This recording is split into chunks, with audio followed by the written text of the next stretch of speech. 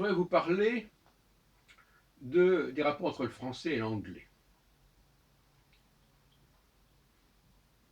C'est un sujet que j'aborde souvent, mais là je voudrais aller un peu plus loin et réfléchir sur la pédagogie même du français à l'intention des anglophones. C'est-à-dire familiariser les anglophones, et Dieu sait s'il y en a dans le monde, pas seulement en Angleterre ni aux États-Unis, mais même bien ailleurs, avec le français. Alors le français, disons-le, écrit.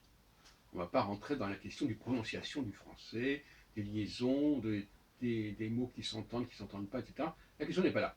La question, c'est l'acquisition du lexique. Je suis persuadé que une des grandes difficultés pour apprendre une langue, c'est le lexique. Moi-même, j'ai appris l'hébreu dans les années 60, 67, 68, 69, etc. Et vu qu'il y avait très peu de mots français en hébreu à l'époque, maintenant il y en a beaucoup, beaucoup plus. Les mots européens, il y en a beaucoup plus qu'il y a 50 ans. On peut le regretter d'ailleurs. Enfin. Eh bien, donc le travail d'acquisition du vocabulaire était absolument énorme.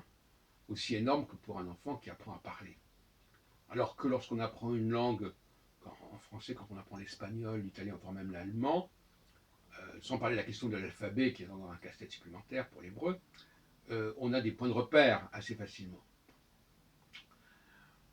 Et donc j'ai voulu montrer ici, je veux montrer que la plupart des mots français existent en anglais, sous une forme ou sous une autre.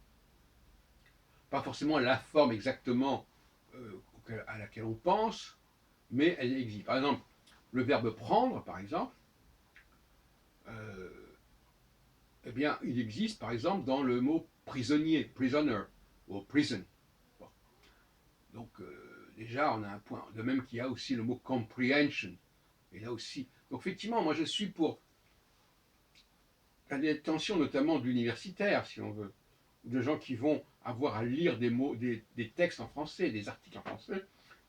Je suis pour leur exposer cela et pour que, assez facilement, ils intègrent ces informations, ils fassent des connexions et que ça leur facilite énormément la compréhension du texte français, si ce n'est pas déjà le cas. Parce qu'en réalité, subconsciemment, on comprend considérablement le français quand on est anglophone, mais on peut avoir des blocages psychologiques qui font que dit « moi je ne parle pas un mot français » qui est ridicule. La plupart des anglophones connaissent des milliers de mots français. C'est un peu comme M. Jourdain, il parle le français sans le savoir. Bon, comme M. Jourdain faisait de la prose sans le savoir.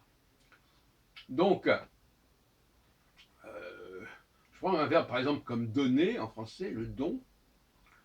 Eh bien, on a pardon, le pardon. On a le mot donation aussi, je crois, etc. On peut prendre des tas de mots comme cela, une sorte de dictionnaire d'un type un peu spécial. Il est presque impossible de trouver un mot français, une racine française, si on peut dire, qui ne se retrouve pas sous une forme ou une autre en anglais. L'inverse n'est pas valable, évidemment, on ne peut pas, je n'imagine pas une seconde, enseigner l'anglais à des francophones. Ça n'aurait pas de sens. Parce qu'il y a il y a quand même un certain nombre de mots anglais en français, qui n'existent pas en français, alors qu'il y a très peu de mots français qui n'existent pas en anglais. Donc la réciproque n'est pas du tout valable. Donc c'est un jeu, à la limite on peut prendre ça comme un jeu, ça pourrait d'ailleurs être un jeu de société, qui consiste à prendre un mot anglais, un mot français, et de chercher quel est le mot qui correspond. Par exemple le mot maître, maître, M-E-T, le verbe maître. On ne le trouve pas en anglais, mais on trouve submit, promise, etc. Donc on peut, mission, etc.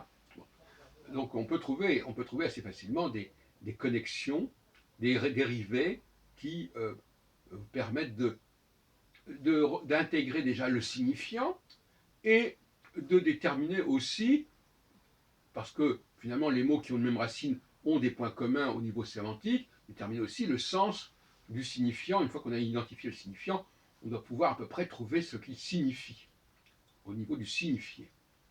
Alors, on peut continuer ce petit jeu indéfiniment, n'est-ce pas? Mais en fait, d'ailleurs, c'est un très bon exercice même pour les francophones, de toute manière, parce que souvent ils ne connectent pas les mots qui sont dérivés comme il faut.